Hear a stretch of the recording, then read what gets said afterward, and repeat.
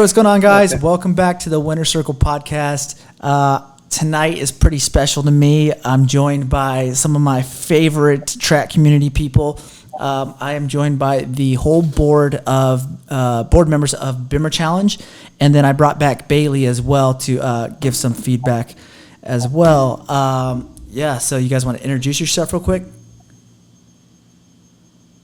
This is Eli, board member of the Bimmer Challenge. Been on the board for the last 5 years and counting. Hopefully we'll grow it even more.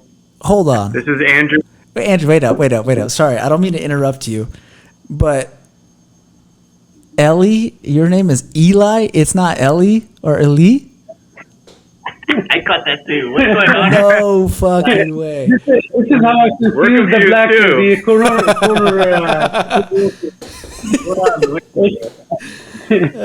Basically, it's either Eli or Eli.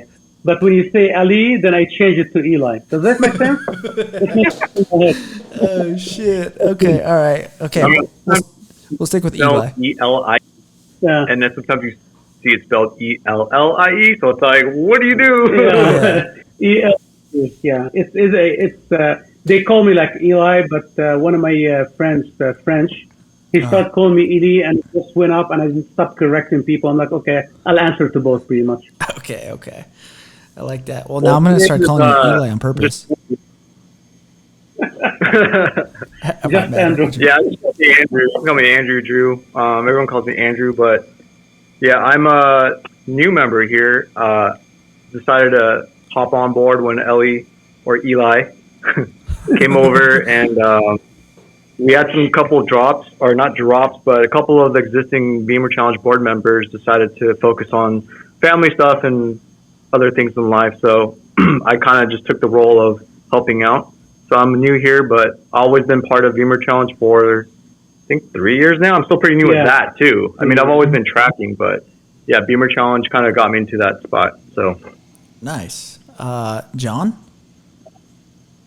Yeah, so my name is John, and I had a hard time winning my class, so I joined the board and changed all the rules, and now I'm winning. That's a good strategy. He's being truthful. This is my second year. We had a board member that dropped, and then Eli said, do you want to join? So I was like, yeah, why not? I mean, I'm always there anyway, and I basically prioritize the Bimmer Challenge events instead of just regular track days anyway. So I was like, yeah, why not be part of it since I'm there anyway? And it's been fun. I thought you were actually on for a while. I didn't know you were also pretty new. I was helping out. They would ask questions and stuff. The trophy passer? So basically, one of our, I guess he just kept asking me questions, and then that's how he was supporting the board by contracting out his services. Except I wasn't getting paid. All right. Well, thanks for the introduction. I brought back Bailey. Bailey was on the podcast last Thursday. A lot of you guys enjoyed that, actually. I got a lot of good feedback, Bailey. A lot of people enjoyed your story. A lot of people enjoyed your way of thinking. I know for us as myself, Jason, and I think it was Omar that were with you. For sure, different point of view that I didn't not necessarily expect, but didn't know about you as much. And that was dope as hell, man. That was a good, really good podcast. So I appreciate you for that. So if you guys haven't checked that out, please go take a listen to that. My podcast is available. If you're watching it here on YouTube, you can go ahead and watch on Spotify, Apple or iTunes, and anywhere else you can listen to podcasts. It's all there. Just search the Winner Circle and look for Grello, the GT3R. And that's it. So let's get it started.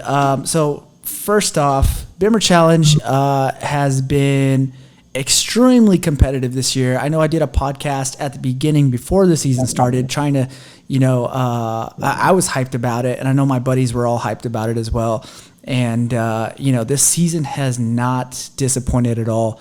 I've tried to make it to as many events as possible. Now I live in Brazil, so that's extremely difficult, but I think I made it to to the big trips. We're talking Sonoma, Laguna Seca, and Vegas. Those were pretty epic, and new tracks to me for sure. But yeah, I wanted to talk about how close these driver classes are, because we got B1, Eli, and Eric are tied at 70 points. Andrew, you're not far behind either, and you just got a crazy win this past weekend at Streets of Willow, setting a 116, bro. I don't think I've ever heard of an E46 setting a 116. Is that a chassis record? Do we have a confirmation?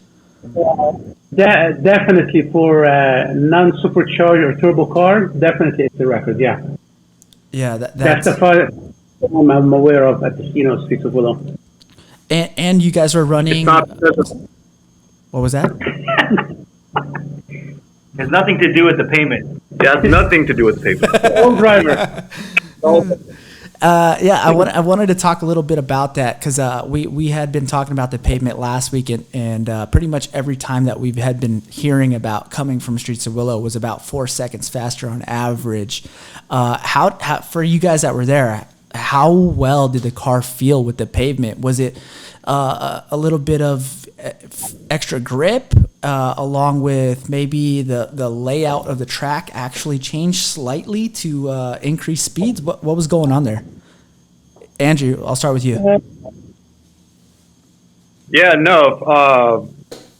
Well, for me, it was a little different. There's a couple of variables that kind of, I think, made up the time. So my previous PB was back in 2019. I did a 121.5, and that was 300 pounds heavier, and that was with 275 Pirelli scrubs. Okay. What I did for this round, it was actually quite drastic of a change. So I got the car 300 pounds lighter, got a full cage in there with the stiffer chassis. But I also went 305 square. So I think that was a lot of mechanical grip for sure. I long story short, I was going to widen my fenders because it's hard to find as a B1 class. So this is probably something that a lot of other classes don't really have to deal with challenge wise.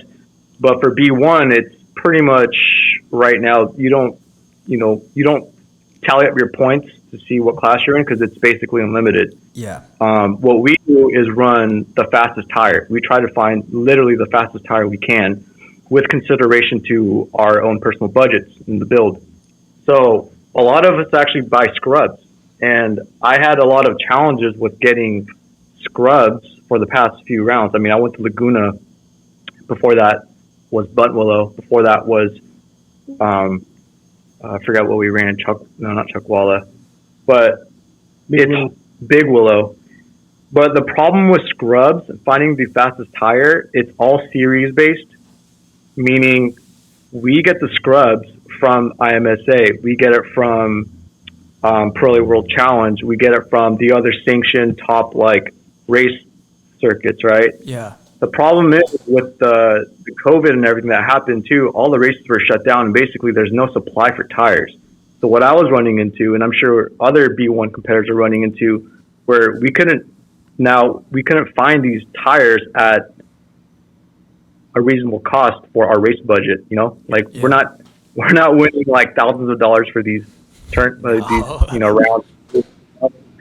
don't have not even $1. So budget is a thing. It's an enthusiast. This is a community. So at least for me, I'm very cognizant of that, and that's a huge consideration to when I race. So I couldn't find those 275s. So what I needed to do was find a tire that had the most supply, and it happened to be the 305s, and they have the Pirelli DHs available. It comes from the Lamborghini Trofeo series. Damn. So there's a lot of them. So, you definitely couldn't fit a 305 under the OEM E46 fenders. So what was the process like to go ahead and get those? Because I saw a little bit on your story, but I didn't exactly know what you actually had done. Can you go further into that? Yeah. So believe it or not, the rears are stock. It's just cut. So I'm running 18 by 11 ET25 wheels with 305 645 18. No spacer. It's a perfect fit. On the rear. Now for the front, correct, yeah, on the rear. Yep. Now for the front, it requires I extended my fenders about 3/4 of an inch extra. And I'm running 3 mil spacers. So 3 mil spacers. So not much. Yeah. But they'll fit. You just gotta widen your fenders. That's it. So you literally just pulled the shit out of those things. They're fiberglass. Oh, they're fiberglass. Yeah, so it was actually an easy job. Okay. I just had him cut by a local guy, and then he just relayed up some fiberglass, and it was actually pretty simple. And that's an advantage that you have pretty much over everyone else in the field. You're doing a lot of CAD designs, right? Is that what they call them? Yeah, I've been tinkering here and there with just, I'm always playing around with stuff, trying to make my car either faster or look cooler. So yeah, I play with that on the side, and I'll create some parts here and there, but yeah, just mostly wider fenders. Okay. All right. Well, you weren't the only one that had success this weekend. We got 3 class winners here tonight. John, how did the track feel for you? And first of all, for you guys who don't know John, what are you driving, and in what class? E36 M3 sedan, so 1998, and I'm in B4. And you are killing it. You're in first place you've won every event that you've signed up for. You had a couple unfortunate events, actually one unfortunate event at the beginning of the year at Chuckwalla, right? I don't know if it's unfortunate I won my class. No, I mean in the fact that it put down your car for quite a bit, right? Quite a bit of time. No, it was ready to go actually right after. I could have made it to the next event. It's just, I think that's the time, like COVID, they were canceling events and things, right? So I remember I took a 3 month, 3 months off just because there was. It really hasn't affected you at all, though. Oh yeah, I've been lucky in my class. Yeah, I mean you're killing it. You're up by almost 30 points. It doesn't look like mathematically the second place person can catch you, even if you did sit out the next 2 events. So you're already a class champion. How did streets feel for you though? For me, I've only been there a few times, but the last time I went, it was 2018. God damn! And my car was set up totally different. And so right now, I'm on the setup where I have, I had that roll bar that was welded in, so it stiffened up my car. I took 200 pounds off weight-wise. Before I had aero too, but I took the aero off. And then I bought new suspension, and then now I'm on AO52. So it was a huge difference between the last time. Yeah. Time-wise, it's kind of like what you heard. I cut 4 seconds off my previous PB. Damn. Okay. All right. So, yeah, we're about all on the same page then. For your suspension, what suspension setup did you end up going to? What'd you come from? I went with MCS. 2-8. Hell yeah. Yeah. So they are very good. That's all I can say. No. I think everyone that drives an MCS equipped car always walks out of the car feeling like, wow, that is the goal, basically. What'd you have before that, though? I had BC Racing. Yeah. BC Racing, my boy out here is a drifter. That's what's up. We gotta bleep those out. We don't want to be responsible. Shit. That's funny. Bailey, you also got a dub this weekend, and more specifically, you took over the class lead by 1 point. Now, B3 is going to be a pretty heavily covered topic tonight, just because of all the questions we got on the Q&A ready for you guys. And so you're leading B1 by 1 point over Toby. We talked over it a little bit last week. You came out, you set a 118? 118.6. Bro, that's insane. What tires, how'd it feel? What was going through your mind? I've only done clockwise once before at streets, but I have been there earlier this year going the opposite direction, and it's a huge improvement because both times I've been at streets beforehand, I bent wheels. Yeah. So, to leave streets without any damage to the car, I think is a testament to how good the new track is. And it's super smooth, and it's probably one of the nicer finishes I've been on in a while. So it's pretty nice right now. That's dope. Were you guys coming down the hill then, or going up the hill? Right. Well, you go up into turn 1 and 2, and then you come down the waterfall on the backside. Yeah, the waterfall. That's what I meant. Waterfall, going down the waterfall. For the longest time, there was potholes on both sides. So if you went off and you dipped a wheel, and obviously you're going about 110 to 120 miles an hour going through there, that was pretty much game over. I had a buddy of mine. I don't know if you guys know him. He actually bought my car, Danny. He had a GT4 and busted the strut tower coming down the waterfall when he dipped a wheel off. Is there any potholes coming down the waterfall anymore? You should ask Eli, because he had a nice little experience there. Yeah. You should see the photos. You should see the photos. I lost my ABS, braking late on the second kink. God. Yeah, I went for the ride backwards. How far? I actually passed going backwards. How far did you? So I'm guessing you missed the braking zone then for that left-hander then at the bottom of the waterfall, right? Yeah. So what happened? I don't brake I don't lift in the first kink. Yeah. I brake go into the second kink on the exit. So the minute I touched the brake and I lost my ABS, the rear end just came back. So I went backwards all the way there. So now it's smoother. Even the off is much smoother. Okay. You can barely feel it. Now, it was fun. What happened with the ABS? So the bracket I used to hold the battery in the back, somehow it came loose. So when I braked, the battery moved forward and the positive terminal hit the strut tower brace. Once it hit it, the whole thing just shot and the ABS was gone. Shorted the whole thing. Right?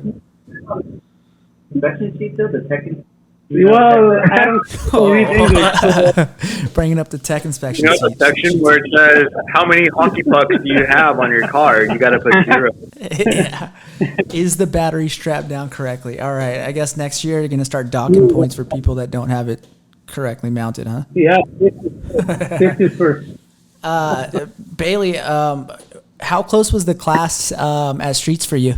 Because usually B3's been like, dude, within the second, within the half second of everyone on podium. How was it this time?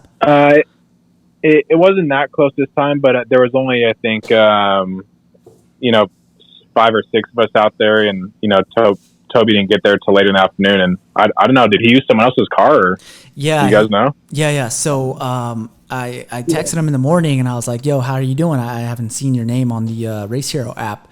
And he sends me a picture of the G80. He was on the freeway on the way there, and apparently something bounced up and smacked the oil cooler and busted it. I don't know if you guys are familiar with the F80 chassis, but the oil cooler literally faces downward, very exposed. Pretty much the only way to prevent it is to get like a metal skid plate. I've personally busted 2 of those oil coolers, and the G80's built the same way, same design. So he hit something, and that car's actually not looking too good. I think there might be some more damage than just the oil cooler now. So, ouch. Yeah, that's gonna suck. Same thing happened to Nick at Bonwell with his F80 on bus stop, and he busted the whole oil cooler, the pan. like disaster. God damn. That's why the M4 hasn't been in action lately? Yeah, Oh, yeah, he's wow. been fixing. He hasn't been Damn. driving it.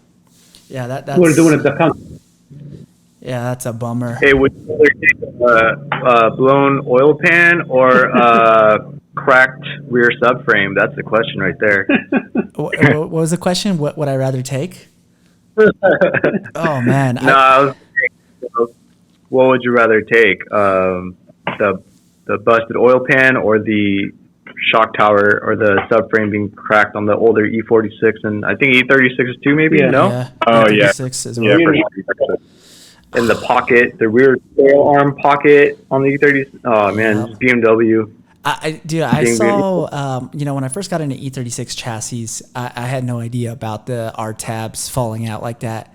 I literally watched a video on YouTube of some dude showing what could happen if the R tab socket falls out. And what ended up happening was the arm falls right out, and the socket grabs onto the cement and flips over and flips the whole fucking car. It was pretty wild. After that, I was like, nah, we need to definitely put some reinforcements on this. I'm not trying to die driving this 30-year-old rust bucket. No safety. I had no 6-point at the time, just straight up a 3-point seat belt with no interior. Yeah, no, hell no, that ain't it. No worth it. No, that was enough. So Bailey, you got the lead by 1 point now. Eli, what's the next event? So we added Willow Springs, Big Willow, on the 13th, which is not this weekend, the weekend after. Because the new Bon Willow got canceled as well. They haven't finished it. They're not going to be done till probably next February or March. So we had to add it just to make up for it. But I heard Bailey's the only one that's registered. Yeah, he's the only one going. That's an easy win. There we go. Racking up the easy points. Easy dubs. When we're at, during the awards ceremony last Saturday, we're asking, like, would you guys, like if we add Big Willow? Literally, he's the only one who jumped. His head almost touched the moon. And he's like, me. I had to. I know ACS is this weekend. What was was that also in the mix as well to be a replacement or no? Yes, so we had them vote, and pretty much almost 80% decided to go to Willow Springs instead of ACS. Yeah, ACS is, once you've done ACS a few times, it kind of gets extremely old. So I could definitely see why. And especially for some reason, it seems like Speed Ventures doesn't really go out to Big Willow too much, maybe a couple times a year. But I kind of feel like that's like the least touched track from Speed Ventures. It is. In general, actually, with pretty much every organization, unless you're charging $100 to go there, because people get traumatized by turn 8 and 9. That's true. Yeah, so you tell everyone, like, if that's the case, then drive to your ability or whatever you feel comfortable. You don't have to go 100% on 8 and 9 and just enjoy the track. But yeah, for some reason, you're right. That's why when you go there, they only go for one day. They don't even try to go both days. Hey, no, I'll tell you the real reason why we're not doing yes. It's because Ellie has a 5-speed and he has 4-1 gearing, and he actually tops out on the front straight. So it's a pure disadvantage to him. So he's trying to close that gap. Yeah, I see you there. I see you there, tied for first right now. And don't worry, we're gonna talk about B1 a little bit too. Not gonna happen. I got lucky. Andrew had missed a couple of days, and then Eric missed a couple of days. But they're coming to both events. So I think all of the top contenders right now are feeling the fact that this is gonna be closing out pretty soon here, and they got to get those last minute points. Sirhan, hit by a wagon, that's for sure. Oh yeah, exactly. Let's talk about that too. So you went from driving the E46 at Sonoma, pretty dope ass car. I mean, your car and Andrew's car looked very similar. I know that different aero designs and bumpers and slightly different mods done to each, but very similar in the way they look.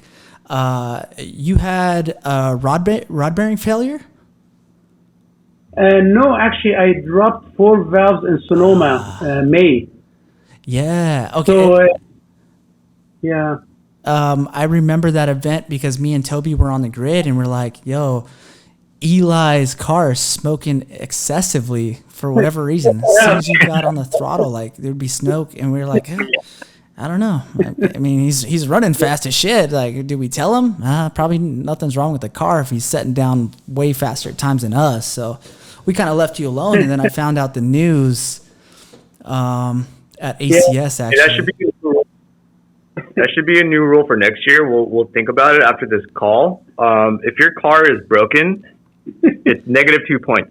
Yeah, it's got like F1. F1, you change a power plant, it's a grid penalty, you know? Yeah. No, yeah, it was, I mean, the car literally, I've had it for 6 years, going on 7 years right now. Me personally, I put about 120 track days on it. God damn. The gentleman from also tracked it, the original owner tracked it, and it has 185,000 miles, so it was a long time coming. I was just hoping it'll last me till the end of the year. But I kind of saw it coming because as of a year ago, I noticed the loss of power on it. But I figured, oh well. But yeah, it's been parked for next season, so we'll see. Okay, how does a E46 and S54 even last that long? Because we're talking like F80 motors lasting about 30,000 miles, track miles before they're done. GT3 motors, that's a completely different monster. They can go about 50,000 miles tracking from what I've heard. But, I mean, you're talking 185,000 miles on an S54. What type of maintenance is done to keep it running like that? So basically, when I bought it, from the get-go, we did the rod bearing, we did the vanos, timing, we did all the seals, head gaskets. So pretty much I did it right from the get-going, just to make it last. And I mean, you know, in general, I think BMW did an awesome job with that engine. Like it revs to like 82, 8300 RPM, and it just takes the beating. Yeah, my E46, I have 190K on mine and it's still running. There you go. Damn. Like low miles. I only have like 100. For your year, that's awesome. What type of mods do you guys have to add on to an S54 to keep them up to par like that? Like I know you guys are doing the Vanos. What is it? Cryo-freezed Vanos keys. Are you guys doing upgraded oil coolers, or is the factory oil cooler pretty solid?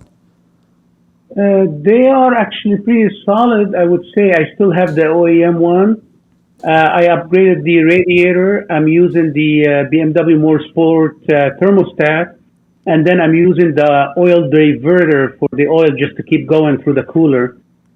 And it seems it's been working. I don't know about Andrew. Yeah, no, I use a CSF radiator and oil cooler, but you know, it's because I got them for free for Bimmer Challenge. Hell wink, yeah. wink.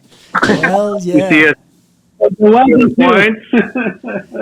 you guys don't know, CSF is the title sponsor for Bimmer Challenge.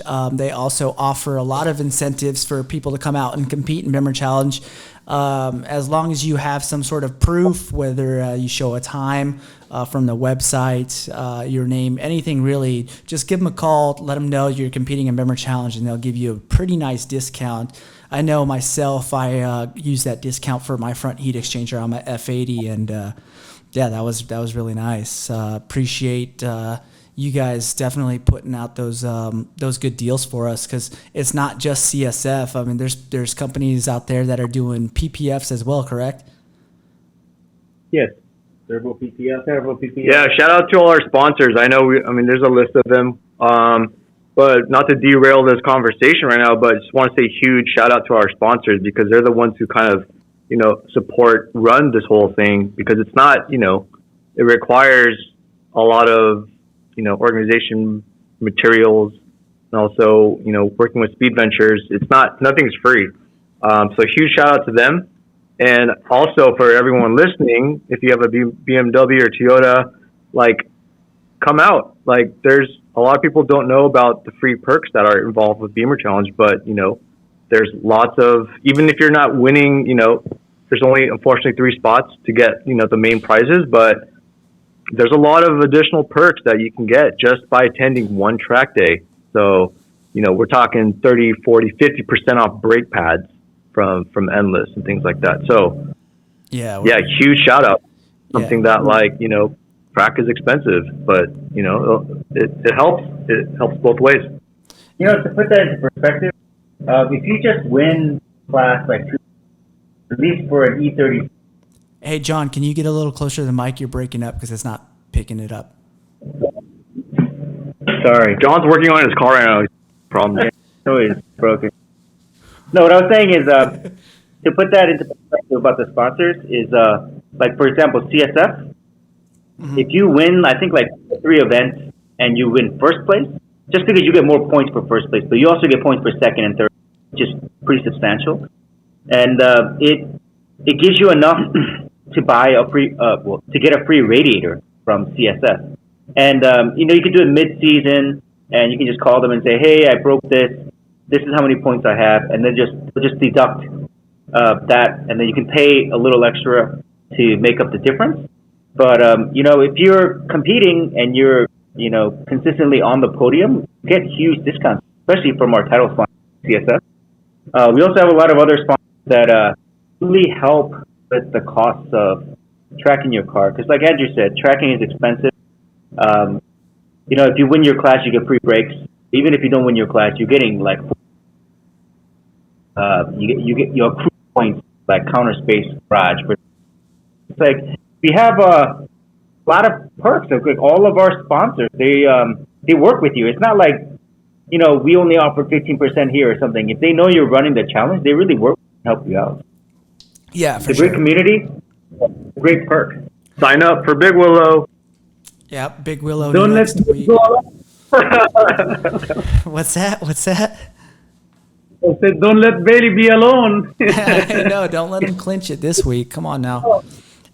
Bailey, I mean, shit, dude. Let's say Toby doesn't show up. Nick is done in the E40. In the F80. He's not back in the E46, right? He sold that car. Sold it, yeah. Yeah. So I mean, if Toby doesn't show up, I mean, you got the championship in the bags after this week. Actually, that'll be pretty satisfying for you. I know that's probably not how you want to win it. I don't think that's how anybody. Yeah, I don't know if satisfying is the word. I think we're all out there because we want to compete, and obviously it's fun to hang out with everyone from Bimmer Challenge, and it's a good group of people. But I think a lot of us are out there to challenge ourselves, and that's going up against other people that we think are more talented. And Toby's a really good driver, and he's had 2 different cars that he's competed in this year that have both been really fast. So to win without him there, I don't think it holds the same value than me and him going head to head and having a close battle is a little bit more interesting to me. But hopefully something happens. Yeah, for sure. Winning is winning. I mean, it is when you think about the how tight this battle has been in all season. It's. The championship wasn't decided in one event. Yeah, technically it can be decided in one event if Toby doesn't show up. But I mean, you fought your way from event number 1 to get to this point. So, even if you don't feel that satisfying feeling, you got to also take in consideration. You guys have been going ham all damn year to get this close in the points. The first event.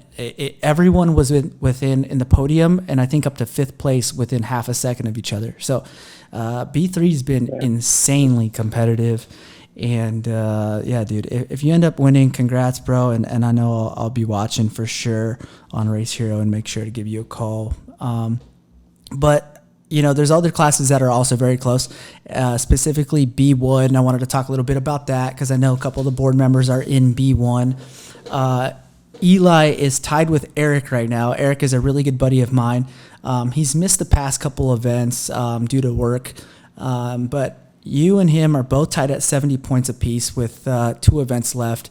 You don't have the E46 M3, so that's kind of a disadvantage. I know you're extremely fast in the wagon. I mean, at Laguna Seca, you were running faster than me in the fucking wagon, which I was kind of like, oh my God.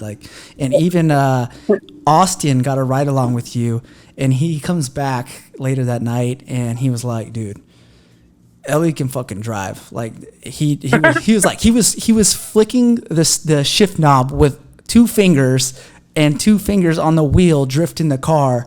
And he said that he hadn't had that much fun riding passenger in quite a long time. So, I mean, I've always known that you could drive since the first time I started doing Bimmer Challenge, so that's probably no surprise. But Andrew, second place right now with 52 points. 2 events left.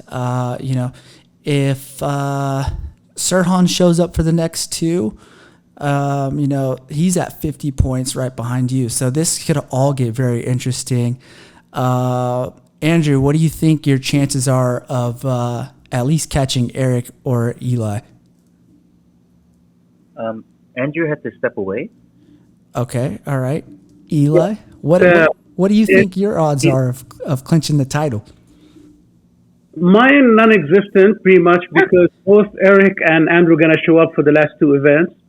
As far as Andrew and Eric is gonna get like really interesting because we're only counting 10, the top 10 track events out of 13. So it's gonna change the calculation a little bit. So I think if Andrew ends up winning the last 2 races and Eric doesn't finish at least second, he has a good chance of winning it. Oh, wow. So based off the fact that so you're saying with the math being you only take your top 10 results, right? Out of 4. Yeah. So we'll throw away the 3, or if he didn't show up for 3 events, that don't count. So it's going to change a little bit. Damn. So, and that's going to change the standings for everyone pretty much. If it's like within a couple of points here and there, yeah, it will a little bit. Okay. Need double check one. I mean, you're already writing yourself off then. Where do you think you finish? Do you think Sirhan even comes up and catches that 3rd place, that final podium spot? No, I think he's 20 points behind. No, unless I DNF in both events, that's unlikely. So probably I have 3rd place locked in. Okay. And I'll make sure it stays this way because Sirhan will owe me lunch. Sirhan will owe you lunch if he doesn't show up or if he doesn't beat you? I told him I'm going to beat him. He started laughing. He laughed hard. So let's look for something Shout out Sirhan, amazing driver, one of the fastest dudes I know in like all of tracking. That car's insane. Yeah, keep in mind too, Sirhan, so for B1, Sirhan has I think he's completed the least amount of track days out of the top 5. Or actually, no, Jarek put in a few. Yeah. Let's just do Sirhan. Yeah, for the amount of events that Sirhan showed up to have 50 points total so far is actually really good. Yeah. Sirhan's he was a reigning champ last year, I believe. Yes, he was. Actually. Yeah, he was. So him or Charbel? No, Charbel didn't. I was going head to head for the. Okay, so that's Charbel. Yeah, so Sirhan won it last year.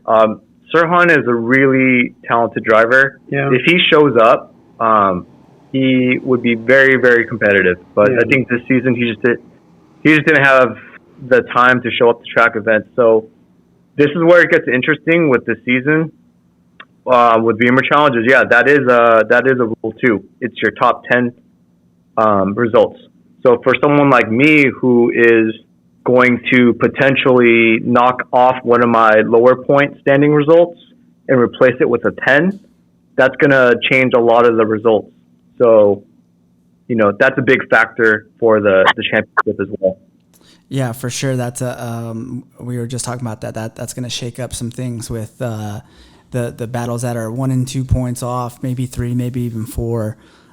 For sure, that'll shake some things up. And then it's also going to, I actually do enjoy the fact that you guys implemented that because, life pops up and, obviously if somebody's got to work comes before you can play. And this definitely helps out the whole community with giving everyone as equal a shot as possible to come out and compete. So we've been talking about this long enough, and I actually want to transition now to our Q&A session. And I got quite a few questions here. I posted on my Instagram story. And I'm going to kick it off. Jason Chin asks, how do you report someone cyberbullying within our community? Cyberbullying. He doesn't have to because we know it's Gabe Zamora. Report to Gabe. Gabe, you need to stop it. Okay, all right, there you go, Gabe, Jason. They already know. We're back around really quick. All right, you were probably expecting this for this interview, but let me ask you a question. What's up? How many burner accounts do you have? Oh no. How many other accounts do I have? What do you mean? Burner. Oh, I'm just kidding. We can move on. let's see. Good question, Jason. Good Let's question. We'll talk about that offline though. Be sure. All right. Next question is there any? This is a pretty good one too, because I've been actually wondering if this would ever be possible. But is there any chance to have a separate run group for Bimmer Challenge guys only? So, what the guy was hinting at was, you may be in red group, but that's not going to take away from the fact that you're going to have Miatas with you, or any type of really slow car that has a really advanced driver. They may be an advanced driver, but for a time attack session, it's a hindrance to have to make a pass on somebody to set your hot lap. Is there any plans in the future to try to do a Bimmer Challenge only run group? Yes, actually, I'm glad you asked that. We've been talking with Chris Yang from Speed Venture. We've discussed it multiple times. So we're planning to try it for a couple of events where we'll have our own run session, or maybe one run session, let's say around noon, to try it and see how that works. If we see there's a potential for it to succeed and people are willing to do it, yeah, definitely we're going to go that route. So to give you an example, in January 30th, it's at Buttonwillow, we're going to run counterclockwise configuration. And we're working with Chris with Speed Venture to make it only competition, no HPDE, just only competition. Oh, damn. And we're seeing, we're still going to finalize it to see if we can do it in a way where BMWs, if we have enough cars, to have our own sessions. So if it's something that's doable and we can do it, he's up for it. He's been extremely helpful, and we're willing to do that. So it is something definitely we're discussing. And Chris has also competed in Bimmer Challenge too, right? Or is that his brother? No, Chris hasn't. He has an E36, but he'd rather not drive because, he's running the event. Yeah, he's exactly. part owner.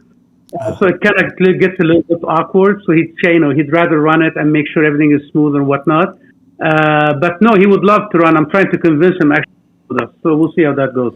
Okay. All right. Well, there you guys have it. And that's good news for us. Next question is, and I'm sure you guys were ready for this one before I even started the podcast. What's the chances that we get to divide up B3 in terms of by driver experience? For those who are listening who don't know, B3, like we had talked about, it's very competitive, but it's also the largest group as well. It has about, almost 20 registered drivers this year. Yeah, it's pretty damn big, and a lot of those guys. B3 is a weird class, right? Because there's the way the points are set up. For those of us who have newer cars, you can't really do too much to your cars. And the one thing is a lot of the guys who show up to onesie and twosie events really aren't too serious in the tracking, so they're not doing full-on track builds, which means that they're out there with limited experience and a pretty limitedly modded car, and trying to compete with some serious track weapons, and it's not even close. So getting back to the question, what are the chances that we get to divide up B3 by driver experience?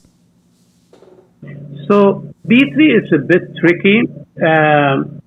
We haven't finalized it.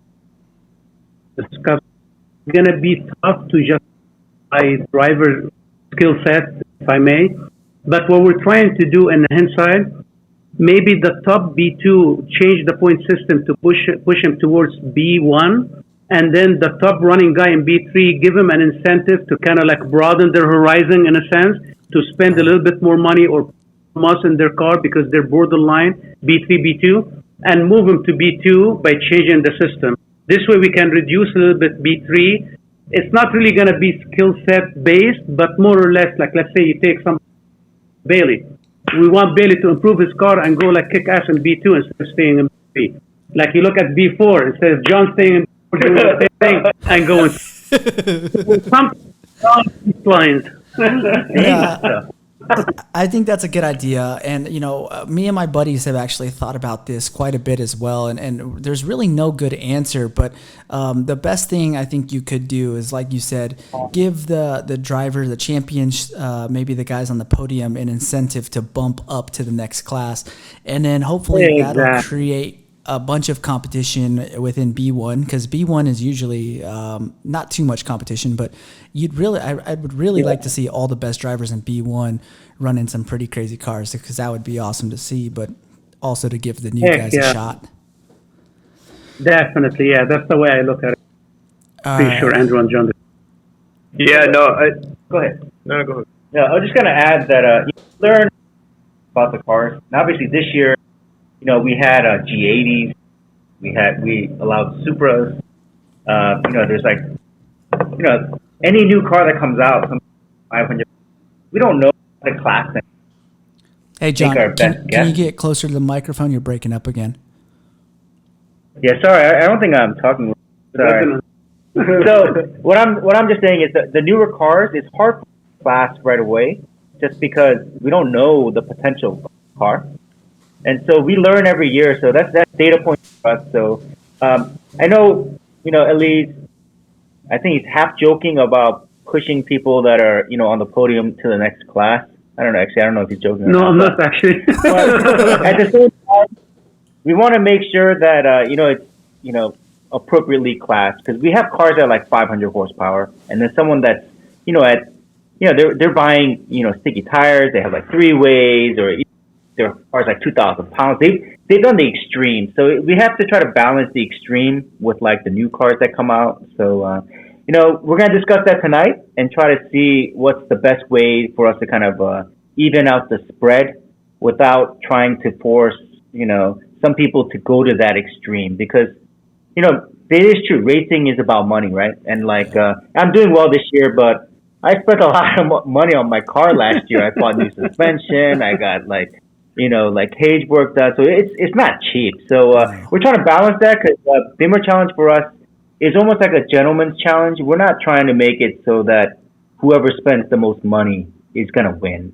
I mean, if we have those type of people, we put that clause in our rule book saying that, whatever we determine your class to be, it's up to the board. And it's to kind of weed out people like that. So we don't have someone that, that's just trying to win every event with money. So, and that's the whole thing to kind of piggyback off of what John said. Like, yes, this is a competitive environment. Yes, this is a fun environment for us.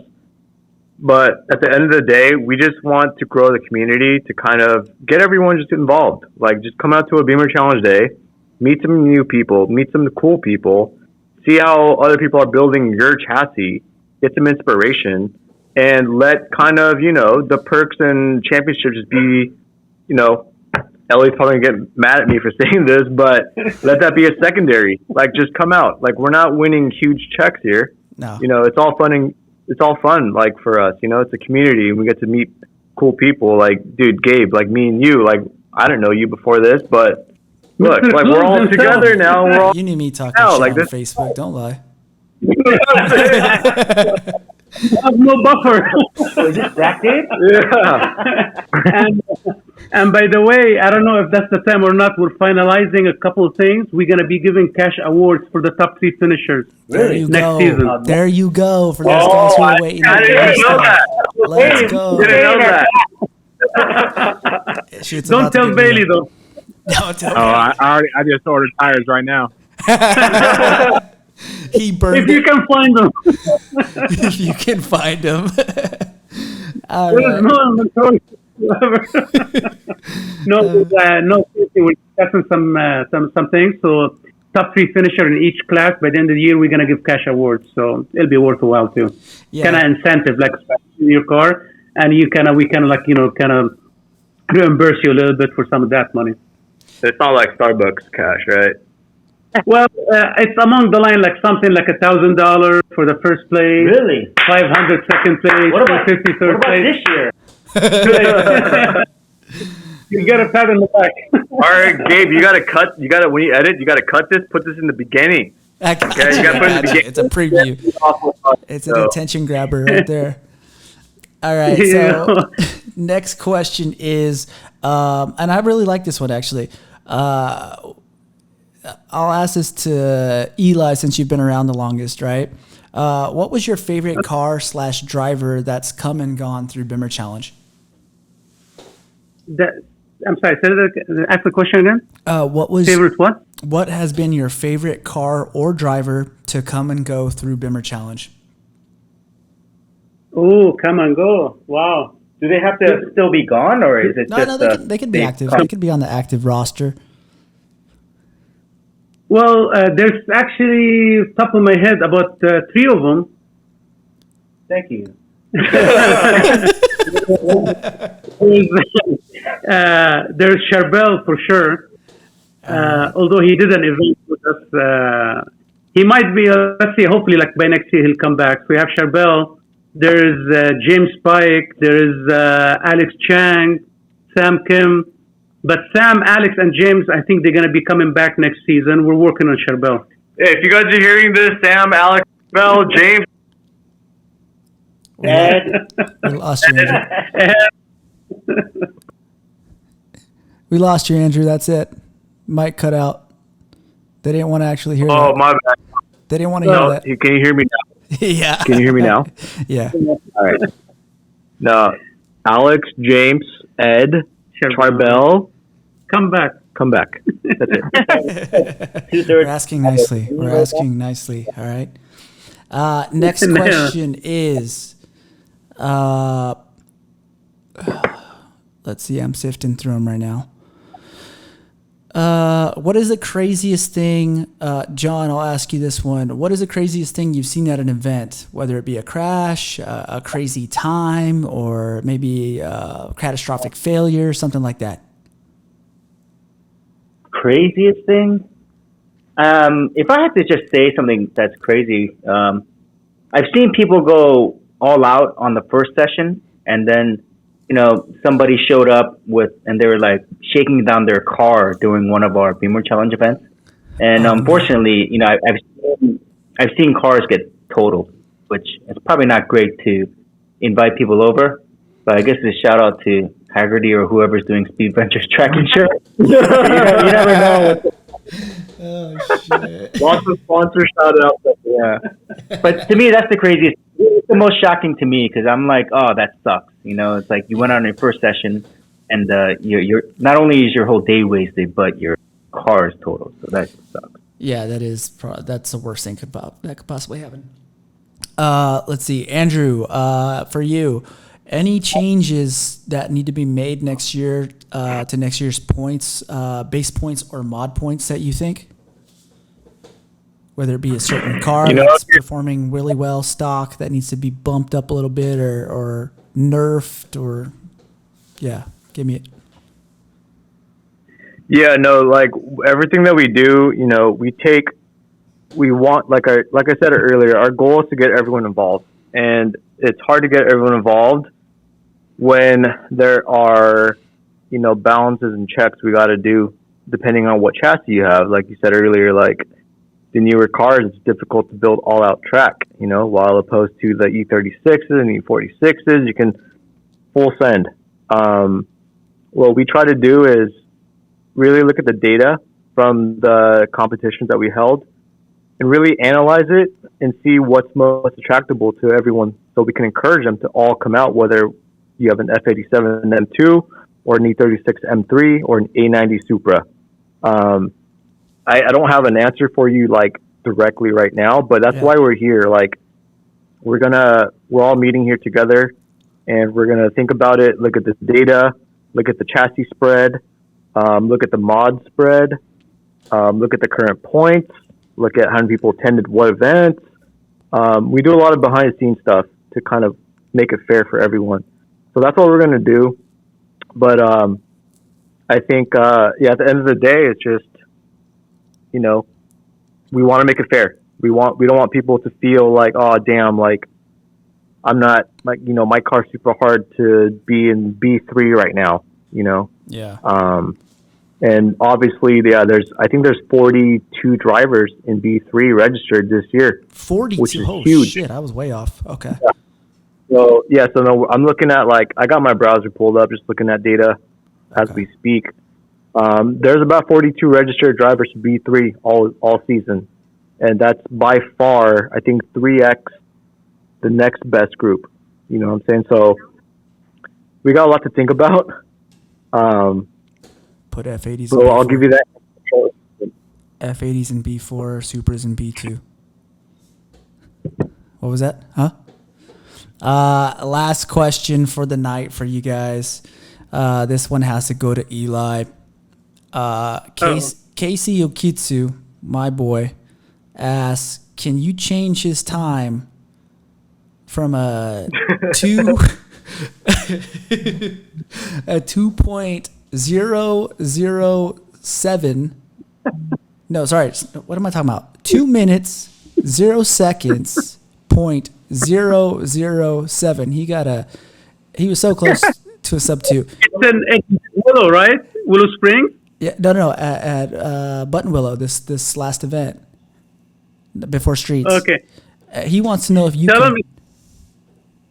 He what? He wants to know if you can change his official time to a 1 minute 59.999. No, you got to earn that, man. It depends how much cash he has in his wallet. I'll tell you right now, when I had problems sub-tuning in my friends just trolled me for years. So Motivation. your friend until he can earn the sub-tune. Hell yeah, that's what's up. That's exactly. You just said that, and that's exactly why Jason calls me a bully. He thinks I'm cyberbullying him because I give him shit because he's still not sub-2 in an M car. Actually, Jason shouldn't feel bad. Look what you do to Austin and to Danny. Oh, let's not talk about Danny. I'm still not on talking terms with him right now after that performance. He wasn't he wasn't allowed to show up to Streets of Willow. So I was wondering. I was looking for him to give him a hug, and I couldn't find him.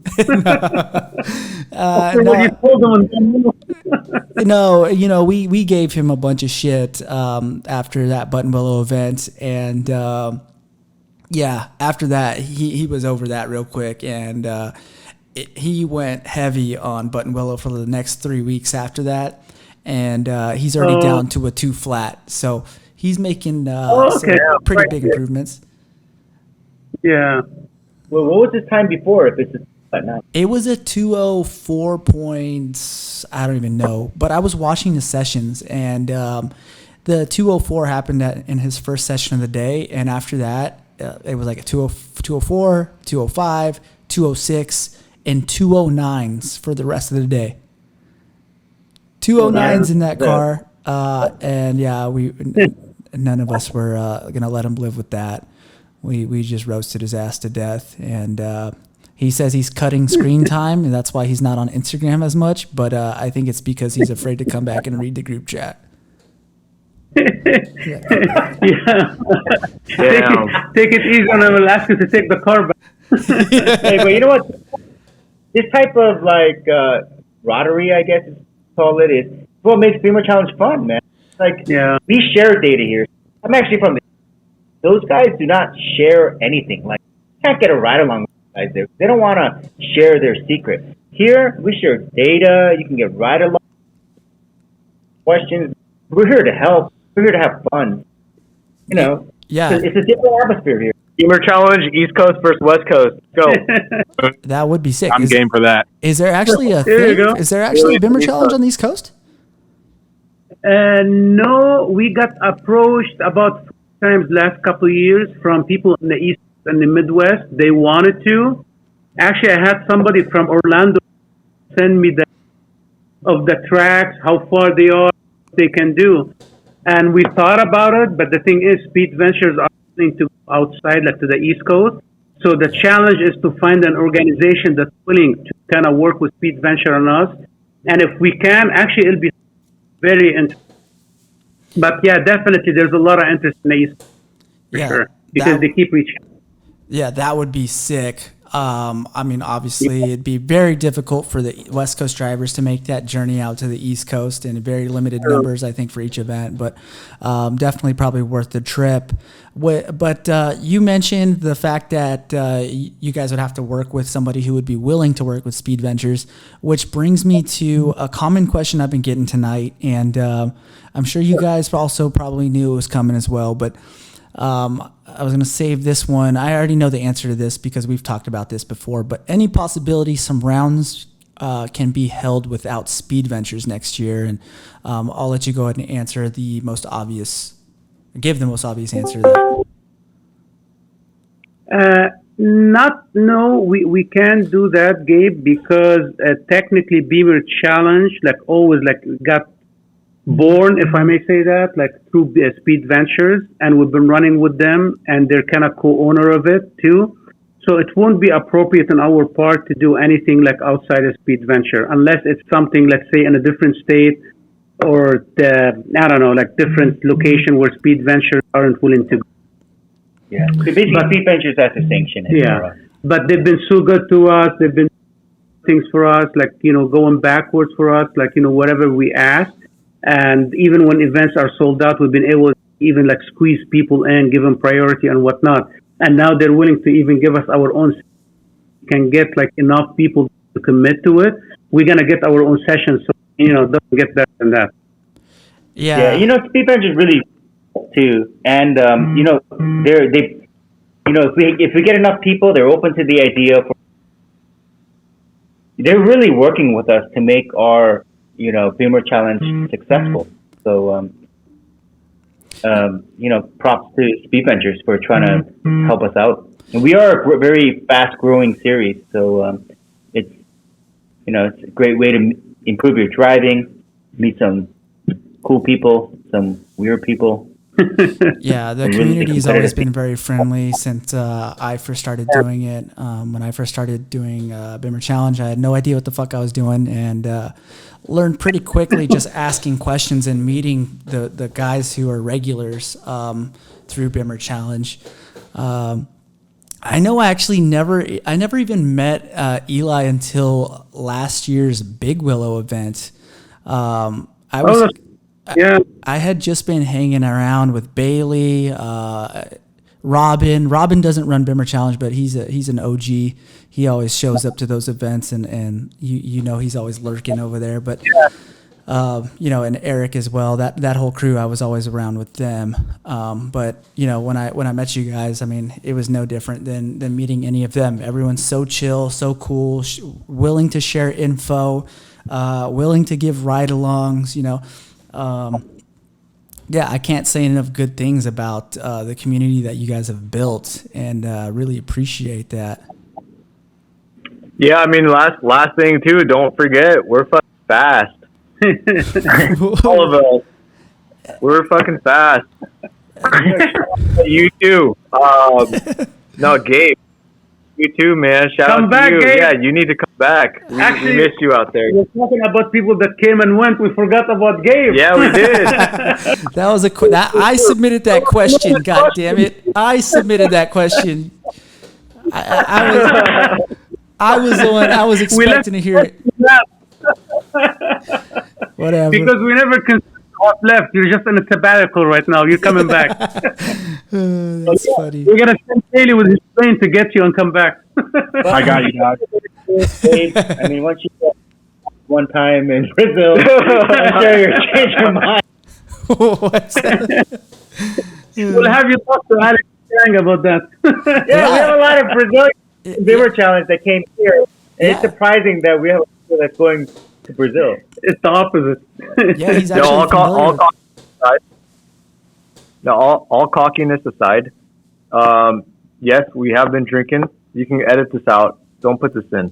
I'll put it all in. At the end of the day, no, for real though. Like, just there's a lot of things we can improve. There's a lot of things we can do good at. But at the end of the day, this is all like-minded people. These are all people like us that have a similar interest, and we're just trying to go faster. And I think we did a pretty freaking good job of creating a community that encourages each other to go faster. And brotherhood. We see that with time. Like, look at the times we're putting up. I mean, Bailey, B3 with points, like doing a 118 at Streets. True. Bailey he's going to sub 150 soon at Bunt Willow, and he's running S52. December 18th. Like, who's going to, you know what I'm saying? Like, nobody's doing that. Like, if you compare the type of horsepower and weight to, the other groups, even in, like, I'm just going to call them out, like, not call them out, but, like Andrew got big dick energy right now. Let's go. Let's go. It's like, you put them in our group and let's see how they do. Like, some of the things that we're doing here is, I think, pretty incredible. Just look at 5 years ago. Look at 10 years ago. And look at the times that we're doing now and then. I think it's pretty crazy. Like, if you just take a step back and look at it, like, that's what makes everyone kind of just like, dude, just come out and like be part of it. That we'll talk to you. And I know, like, it's hard to do at events, but just come out. We're not like, we don't hate you or anything. Just come out. We'll talk to you, and we'll help you go faster, and we'll help each other go faster. That was one of the things. Yeah. Obviously, I think that's a fear with everyone, is the intimidation factor of just tracking in general. But then when you enter, something as friendly as Bimmer Challenge time attacks, like you have that fear almost of like, oh shit, like, these guys are fast. Like, oh, am I going to be, how well am I going to perform? Are these going to, is this like a serious competition? Is this like a contact sport where, we're playing football again and we hate the other guys? How is this going to operate, And once you come out, you realize it's nothing like that. Like you've mentioned before, it's very tight knit, very close. Everyone's super friendly. And we're out there to compete and also help each other out, become better drivers altogether. Yeah, man. Yeah. I'll tell you right now, I've actually, not to toot my own horn, but I've improved a lot in the past, and I wouldn't have improved like that without the input of everyone that helped me out. And most of those people were at Bimmer Challenge. So, thanks to all your Bimmer Challenge competitors, and actually Ali, who took me a bunch of ride-alongs. But I don't know if it helped or it's Eli, John. This guy's doing it fast, but it definitely helps, right? To get ride-alongs. Hey, everyone who comes to Big Willow this next Saturday, Ellie's giving out free ride-alongs and free sessions for everyone who comes in. So register now. Hell yeah, let's go. All right, well, I'm going to end the podcast here. We've been talking for a lot longer than actually we had planned for, which is pretty awesome. I appreciate you guys all joining me, and I hope to see you guys soon. I'm actually going to make it out to the December 18th round at oh, nice. Yeah, so I'll be there, and we're going to stay the night before, and so if you guys are actually camping out, let us know. We're going to have a good time in the garage. Hey, do we know if Steep Ventures is having their end of event? Usually they do, so probably the Willow Ranch restaurant. Yeah. Hey, Bailey wants to do a K1 well, actually, he wanted to, but I told him that Gabe will kick your ass because now he's practicing in Brazil. Yeah. He did not take it lightly. Yeah. He told you, I'm ready. I'm ready for the challenge. Hey, dude, in all seriousness, though, we, as a Bimmer Challenge group, we need to do Cal Speed. Cal Speed is so much better. Cal Speed's actually legit karting, like how I'm doing out here.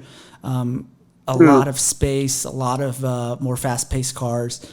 A lot more competition, and it's really good racing actually. So that's the one.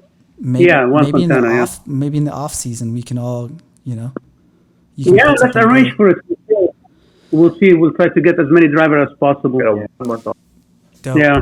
Let us know when you're coming because I've never been here, so I want to go practice. So.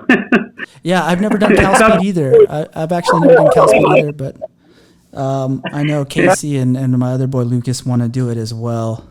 So that'll be fun. But also, I wanted to hint something to you guys. I don't know if you guys would be interested, but I'm thinking next year I want to host, probably in March, fly back and host a Euro car meet and a time attack at Adams Motorsports Park. And I know it's a go-kart track. I know that's going to turn off the hardcore track guys, which that's fine. But I want to try and put something together.